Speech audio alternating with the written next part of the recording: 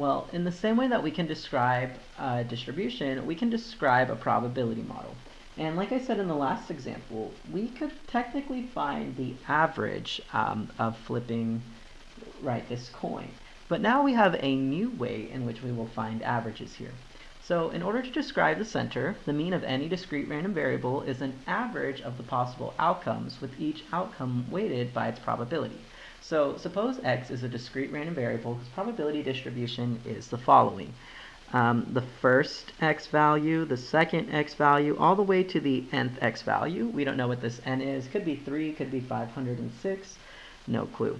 But each of these x values obtains its own position here, and each of these x values has its probability of its occurrence. Well, as stated in our definition here, each outcome is weighted by its probability. So to find the mean, we're going to use this formula, and this is actually provided to us in the AP Stats formula sheet.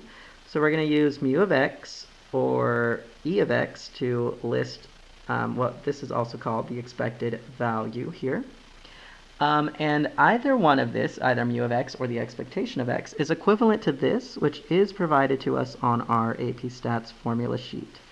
XPX. So this formula here means the summation of each x value times its probability. So for example, taking this space here, we will take x1, oh no, not xp, and I don't have my erasable pen. x1 times the probability of x1 plus x2 times the probability of x2 plus all the way to x to the n times the probability of x to the n. And this will give us a value here. And the way we interpret this value is as follows, right? Because we know probability is the average of in the long run frequencies. So in the long run average, we expect the number of heads to be obtained to be blank, or etc. So whatever the context is from your problem, we expect it to be this certain value, and then whatever your units are there. So number of heads, sum of a dice, etc. There are more examples out there. Those are just the more common ones that we use here in AP Stats. Okay, next up we have the spread. So we talked about center, and remember we're visiting the elements of Cuss here. Next up is the spread of a distribution. So suppose the variance and standard deviation of any discrete random variable is the average difference of the observations from the mean of the possible outcomes. So again, x will follow the same distribution as above. So x to the 1 up to x to the n. And again, this doesn't always have to be 1, 2, 3. This more means positions. The first value, the second value, all the way to the nth value. So don't always think that you have to start with 1 here. Well, in order to find the variance, we have a particular type of formula. And since we're looking at the difference of the observations from the mean, we're going to use this formula now. So this is also provided to us on our AP Stats formula sheet. So we are going to have the difference between the observation and the mean of said observation. And we're going to square that difference to, because we always need this to be a positive number. Since we're looking, it's almost like absolute value. We are looking at the distance between the observation and the mean, whether it's above the mean or below the mean. So we're going to take this difference and we're going to square it to turn it positive. This also helps us to emphasize the difference. And we're going to multiply that by the respective probabilities.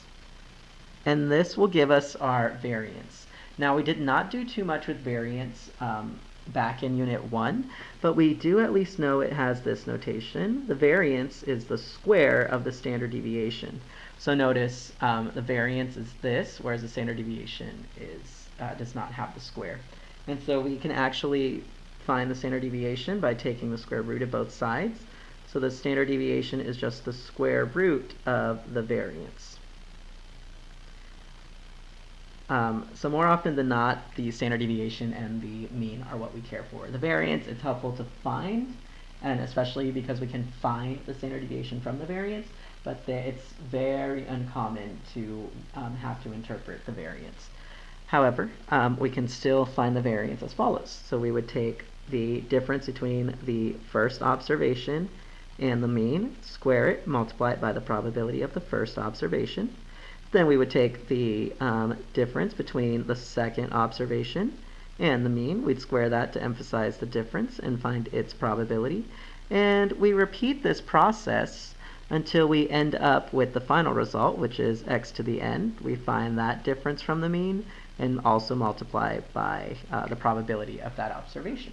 So once we take the differences between these observations and the means, and we square them and multiply them by their respective weights, we obtain the variance. And then lastly, if we take the square root of said variance, we obtain the standard deviation. And as we know, in the long run average, observations typically differ from the mean by about some number of units. And again, you would add context to this. Knowing interpretations is not enough to pass the AP Stat exam. It's definitely a good place to start, but all of our answers are always communicated within the context of the situations from which we are analyzing. So in the long run average, observations typically differ from the mean number of heads by about blankety blank blank. All right, so we talked center and we talked spread. We can't forget the other two elements of CUS here, which are unusual features and the shape. So to describe the shape, we either need to graph the distribution or find the relationship between the centers. And remember, our centers are the mean and the median. So depending on their location, that would tell us the shape. But also, as in the first example, we can graph the distribution to see what it looks like. And then lastly, any unusual features, we either need to graph the distribution or evaluate the table that is presented to us. And again, that just helps us to see any peaks, any gaps, etc. So this is just some more information on how we describe random variables.